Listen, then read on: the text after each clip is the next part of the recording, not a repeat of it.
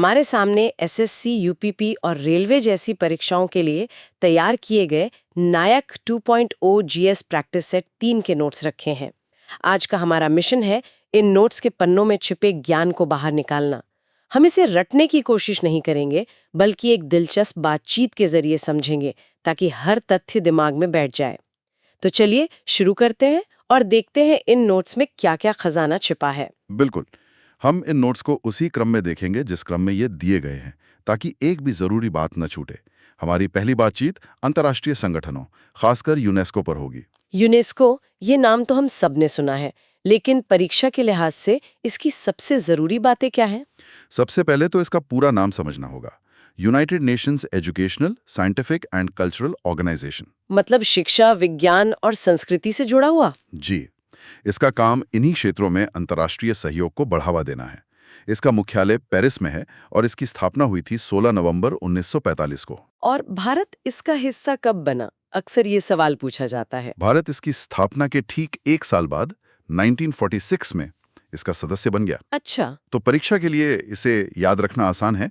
दुनिया ने संगठन बनाया और अगले ही साल भारत उसमें शामिल हो गया। यूनेस्को की बात हो और विश्व धरोहर स्थलों यानी वर्ल्ड हेरिटेज साइट्स का जिक्र न हो, ऐसा तो हो ही नहीं सकता। इन नोट्स में इसके बारे में क्या खास है? इसमें कुछ बहुत दिलचस्प आंकड़े हैं। जैसे दुनिया में सबसे ज्यादा यानी 60 वर्ल्ड हेरिटेज साइट्स इटली में हैं। 60 सबसे ज्यादा? और भारत में भारत की बात करें तो हमारे देश में कुल 43 साइट्स हैं। 43 साइट्स। इन्हें बांटा कैसे गया है? इन्हें 3 श्रेणियों में रखा गया है। 35 सांस्कृतिक हैं, जैसे पुराने किले या मंदिर। 7 प्राकृतिक हैं, जैसे नेशनल पार्क। और एक? सिर्फ एक साइट मिश्रित यानी मिक्स्ड कैटेगरी में है ना? बिल्कुल सही। और वो एकमात्र मिश्रित साइट है कंचनजंगा, जो सिक्किम में है। इसे 2016 में शामिल किया गया था? जी। कंचनजंगा न सिर्फ एक शानदार पर्वत और प्राकृतिक खूबसूरती का खजाना है, बल्कि वहां के स्थानीय समुदायों के लिए इसका गहरा सांस्कृतिक और आध्यात्मिक महत्व भी है। इसीलिए उसे ये अनोखा दर्जा मिला। ये तो बहुत दिलचस्प है। तो परीक्षा के लिए ये याद रख सकते हैं कि भारत में सांस्कृतिक स्थल सबसे ज्यादा है और मिश्रित केवल एक। भारत में सबसे पहले किन जगहों को ये सम्मान मिला था? इसकी शुरुआत 1983 में हुई, जब एक साथ 4 जगहों को चुना गया। 4 एक साथ? कौन कौन सी? आगरा का किला, ताजमहल और महाराष्ट्र की अजंता और एलोरा की गुफाएं। ये चारों भारत की पहचान है। और नोट्स में हम्पी और खजुराहो का भी जिक्र है।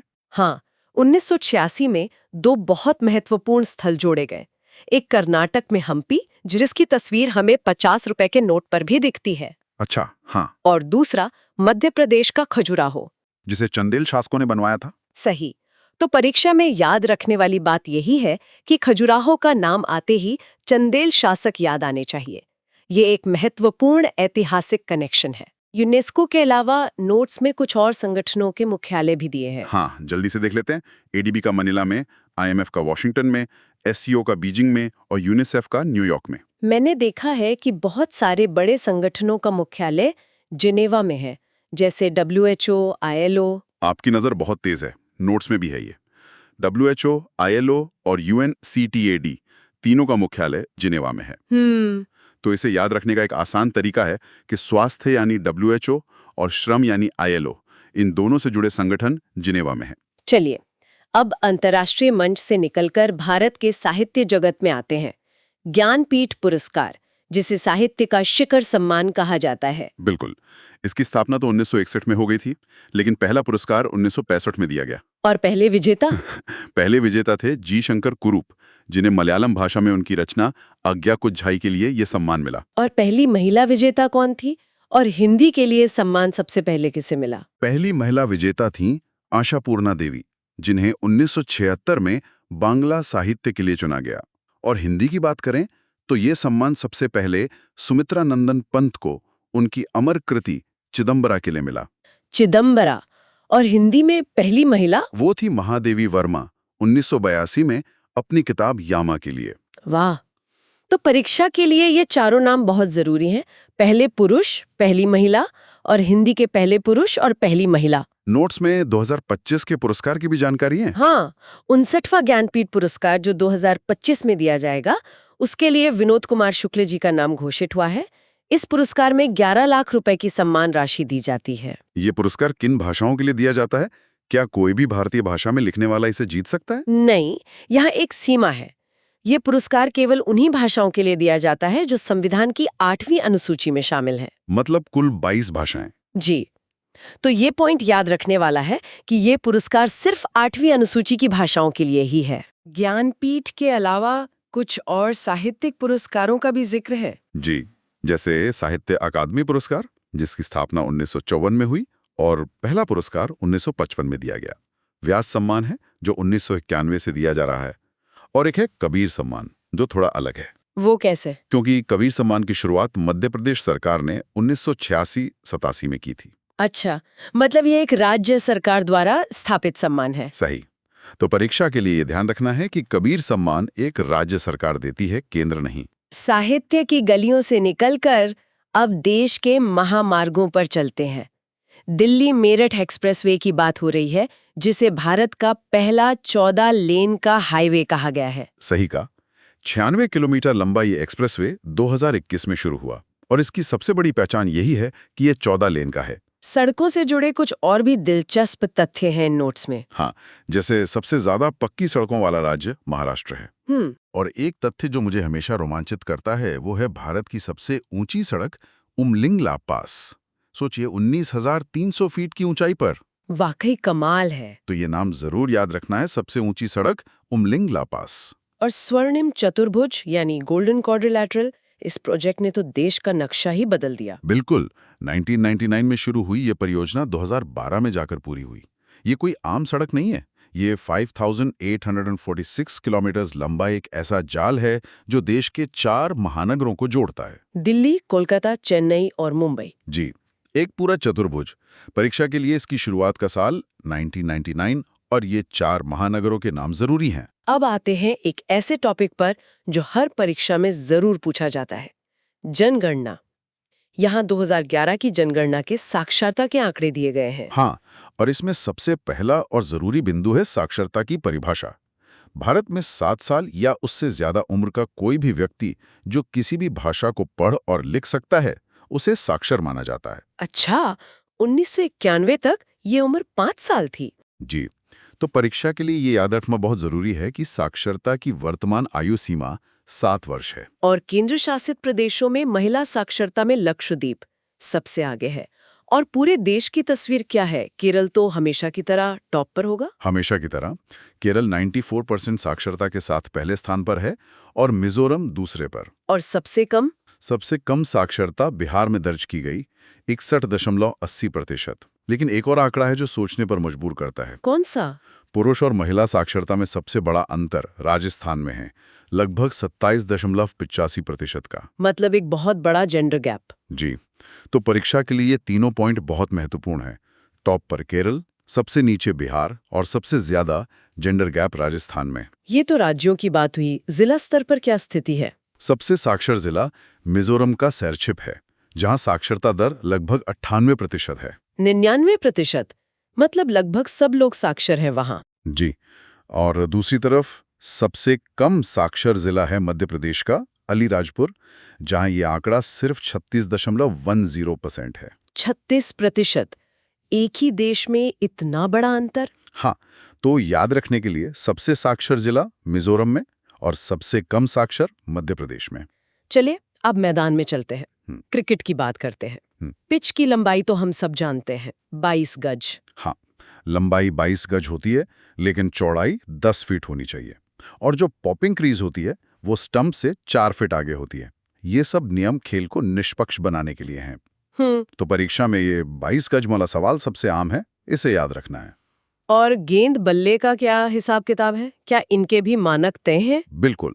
बल्ले की लंबाई 38 इंच और चौड़ाई 4.25 इंच से ज्यादा नहीं हो सकती। और गेंद का वजन भी तय है, 155 से 163 ग्राम के बीच। अच्छा। परीक्षा में अक्सर ग्राम में वजन पूछा जाता है, तो ये 155 से 163 ग्राम का आंकड़ा याद रखना चाहिए। स्टेडियम्स की बात करें तो भारत में सबसे बड़ा और सबसे ऊंचा स्टेडियम कहाँ है? सबसे बड़ा स्टेडियम तो अहमदाबाद का नरेंद्र मोदी स्टेडियम है। मोटेरा स्टेडियम। जी, और सबसे ऊंचा स्टेडियम है धर्मशाला हिमाचल प्रदेश में। और दुनिया की सबसे तेज पिच? वो है पर्थ का वाका ग्राउंड, ऑस्ट्रेलिया में। तो परीक्षा के लिए याद रखना है कि सबसे बड़ा स्टेडियम अहमदाबाद में और सबसे ऊंचा धर्मशाला में है।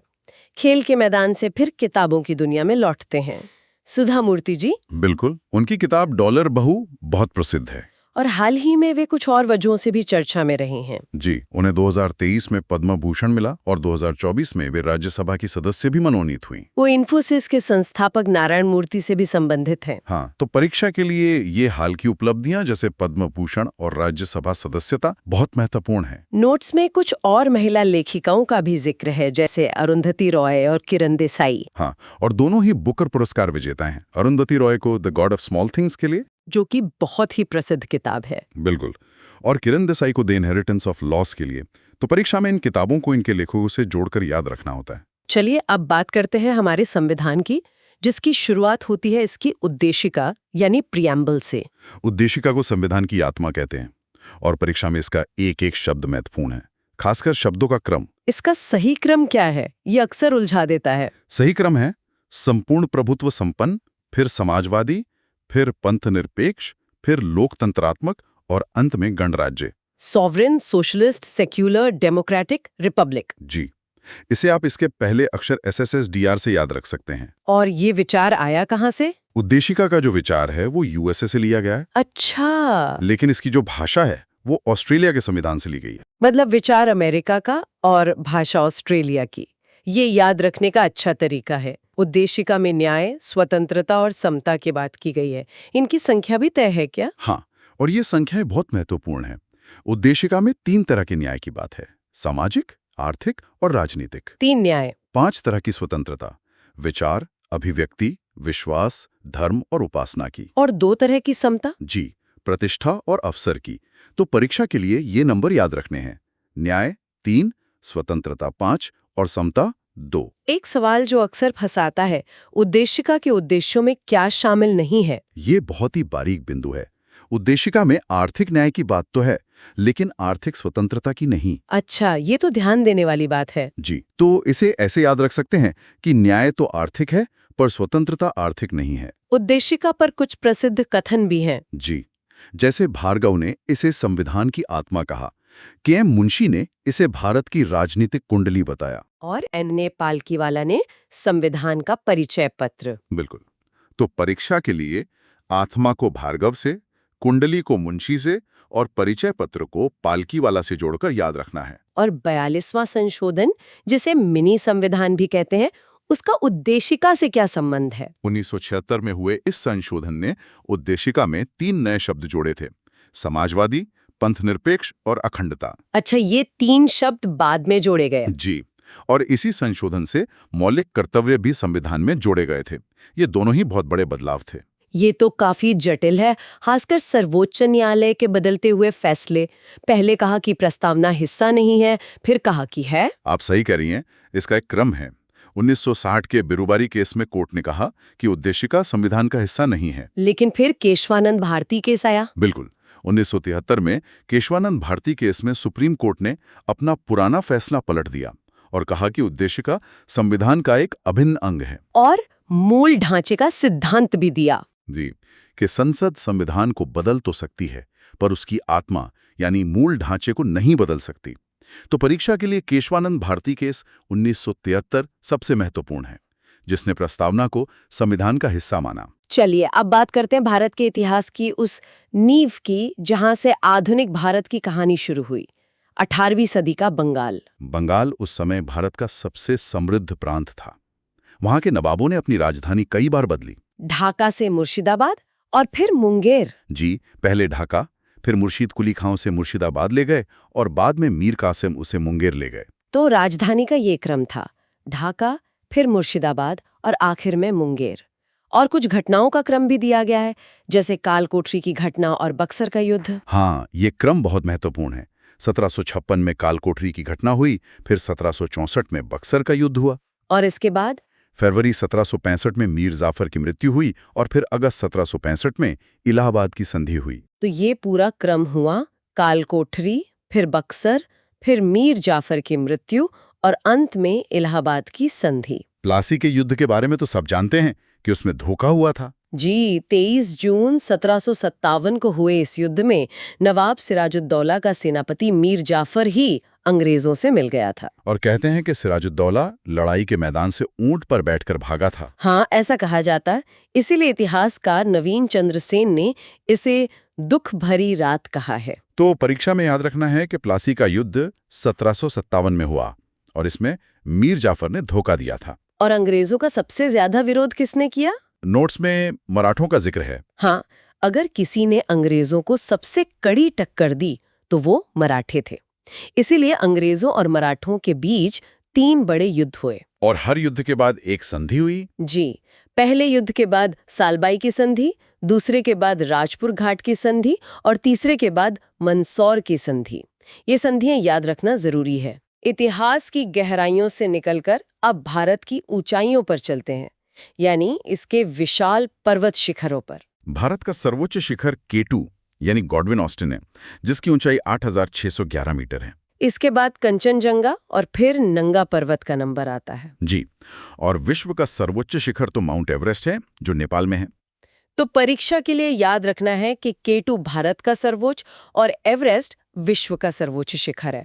और दक्षिण भारत की सबसे ऊंची चोटी कौन सी है? दक्षिण भारत की सबसे ऊंची चोटी है अनायमुडी, जो अन्नामलाई पहाड़ियों पर स्थित है। और दूसरी सबसे ऊंची? वो है डोडा बेटा, जो नीलगिरी पहाड़ियों पर है। अच्छा, नीलगिरी हिल्स को पश्चिमी और पूर्वी घाट का मिलन बिंदु भी कहते हैं, है ना? बिल्कुल, जहां दोनों पर्वत श्रृंखलाएं आकर मिलती हैं। तो याद रखने के लिए दक्षिण की सबसे ऊंची चोटी अनायमुडी है।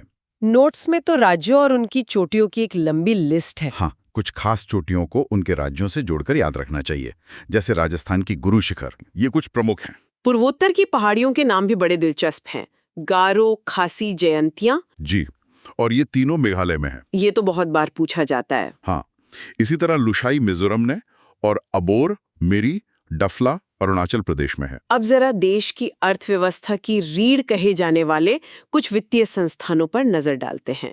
पहला नाम है सिडबी। सिडबी यानी small industries development bank of India. इसका काम छोटे उद्योगों को लोन देना है। इसकी स्थापना 1990 में हुई थी। जी, और इसका मुख्यालय दिल्ली या मुंबई में नहीं बल्कि लखनऊ में है। परीक्षा के लिए ये एक महत्वपूर्ण तथ्य है। और क्षेत्रीय ग्रामीण बैंक यानी आरआरबी की कहानी क्या है? आरआरबी की स्थापना 1975 में नरसिम्हन समिति की सिफारिश पर की गई थी। अच्छा, समिति का नाम जरूरी है? जी, और पहला आरआरबी उत्तर प्रदेश के मुरादाबाद में प्रथमा बैंक के नाम से खुला था। इसमें एग्जिम बैंक का भी जिक्र है। एग्जिम बैंक यानी एक्सपोर्ट इंपोर्ट बैंक। इसकी स्थापना 1982 में हुई। जैसा नाम से ही जाहिर है, इसका मकसद भारत के एक्सपोर्ट इंपोर्ट को बढ़ावा देना होगा। बिल्कुल, तो परीक्षा के लिए एग्जिम बैंक का संबंध विदेशी व्यापार से है, ये याद रखना है। चलिए अब कुछ विज्ञान की बातें हो जाएं। भौतिकी में चुंबकीय फ्लक्स की इकाई वेबर बताई गई है। जी हाँ, हर भौतिक राशि को मापने की एक मानक इकाई होती है, तो चुंबकीय फ्लक्स की इकाई वेबर है। ये एक सीधा प्रश्न बनता है। और 1 हॉर्स पावर में 746 वॉट होते हैं। हाँ, ये भी एक सामान्य ज्ञान की बात है। रसायन विज्ञान में मिश्र धातुओं की बात हो रही है। ये जर्मन सिल्वर वाली बात मजेदार है। नाम में सिल्वर है पर असल में चांदी है ही नहीं। बिल्कुल, और यही सवाल अक्सर परीक्षा में फंसा देता है। जर्मन सिल्वर में तांबा, जिंक और निकेल होता है। तो याद रखने का तरीका यही है कि जर्मन सिल्वर में सिल्वर नहीं होता। सही पकड़ा।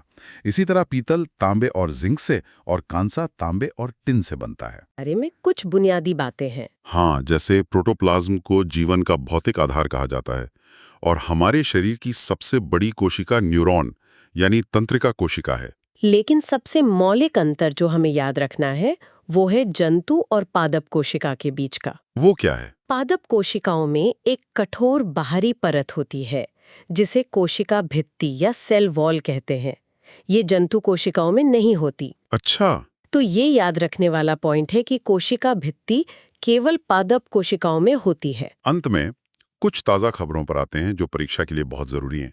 क्रिकेट में संन्यास का दौर चल रहा है। हाँ, इंग्लैंड के महान तेज गेंदबाज जेम्स एंडरसन ने 700 से ज्यादा टेस्ट विकेट लेने के बाद संन्यास ले लिया है। वे ऐसा करने वाले दुनिया के पहले तेज गेंदबाज हैं। जी, उनके अलावा शिखर धवन, गब्बर और ऑस्ट्रेलिया के डेविड वार्नर ने भी खेल को अलविदा कहा है। और पेरिस ओलंपिक 2024 में भारत का प्रदर्शन कैसा रहा? 2024 के पेरिस ओलंपिक में भारत 71वें स्थान पर रहा।